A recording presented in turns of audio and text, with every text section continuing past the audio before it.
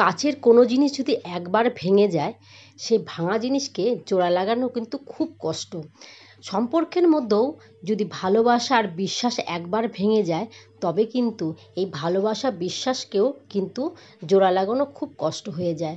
তারপরেও বলে না, ওই যে মায়া, মায়া একটাও আমাদের জীবনে কাজ করে। এই প্লেটগুলো আমার 25 বছর হলো আমি একে ব্যবহার করছি।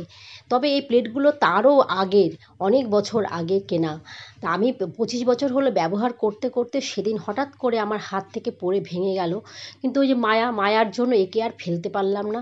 ভাবলাম চলো একে নিয়ে যাই, নিয়ে একটু জোড়া লাগাবার চেষ্টা করি। তাই আমি ঘরে নিয়ে এসে একে দেখো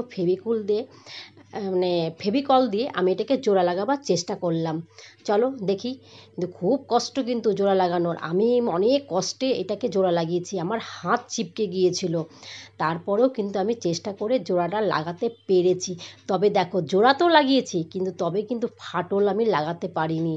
তবে এইটুকুনি ফেভিকলটা ছিল, এই ফেভিকলটা আমি পুরোটাই ওপরে দিয়ে দিলাম যাতে আরও পোক্ত হয়, যেন কিছুদিন যেন আমি এটাকে আরও ব্যবহার করতে পারি। তবে দেখো, এই যে ফাটাটাকে ঢাকার জন্য নিয়ে নিয়েছি আমি কিছুটা ন্যাপকিন।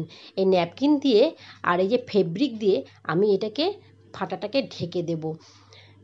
চলো দেখি, এটা কিন্তু আস্তে আস্তে এটাকে আমি ঢাকবো যাতে কাগজটা যাতে ছিঁড়ে না যায়।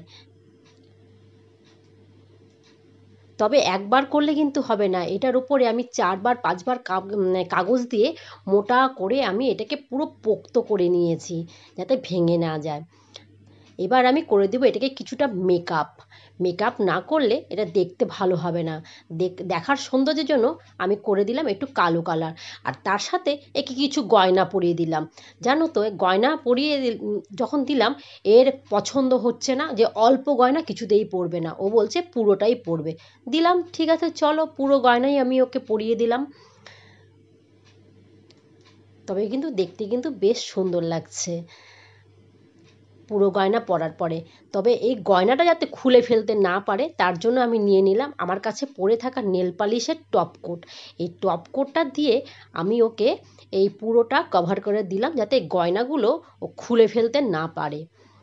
চলো সুন্দর করে এটাকে আমি এই পুরোটা লাগিয়ে নিই। দেখো, এটা আমার লাগানোর পরে এইরকম লুক আমার এসছে। চলো এটাকে কিন্তু একটু শুকিয়ে নিতে হবে। দেখো, শুকানোর পরে আমার ফাইনাল লুক চলে এসছে এইটা। এখন আমি এটা কি কাজে ব্যবহৃত করব, চলো তোমরা দেখতে থাকো। দেখে কেমন হয়েছে তোমরা কিন্তু অবশ্যই জানাবে। ওই যে কথায় আছে না, ভাঙা কুলো ছাই ফেলতেও কাজে লাগে। দেখো, এই কথাটা কিন্তু আমি কিন্তু ফলিয়ে দিলাম। ভাঙা কুলো তো আমার নেই, তাই ভাঙা প্লেট ছাই ফেলতেও আমার কাজে লাগে। তবে এটা ঠাকুরের সিংহাসনে আমি রাখবো না, ভাঙা জিনিস বলে রাখবো না। এটা আমি সামনের ঘরে একটু প্লেটের মধ্যে রাখবো যাতে ছাইটা আমার এই প্লেটের মধ্যে পড়ে। তবে কিন্তু ভালোই লাগছে দেখতে। তবে আজকের ভিডিওটা এখানেই রাখছি। তোমাদের কেমন লাগলো জানিও। ভালো লাগলে তবে একটা আমাকে কমেন্টস করে অবশ্যই আমাকে উৎসাহিত করো। তবে কিন্তু আমি এই ধরনের ভিডিও বানাতে আরও আমি উৎসাহিত পাবো বা প্রেরণা পাবো। তোমরা আমার পাশে থেকো। আরও এরপরে নেক্সট ভিডিও নিয়ে আসবো অন্য কোনো ভিডিওতে। চলো আজকের মতো রাখছি, টাটা।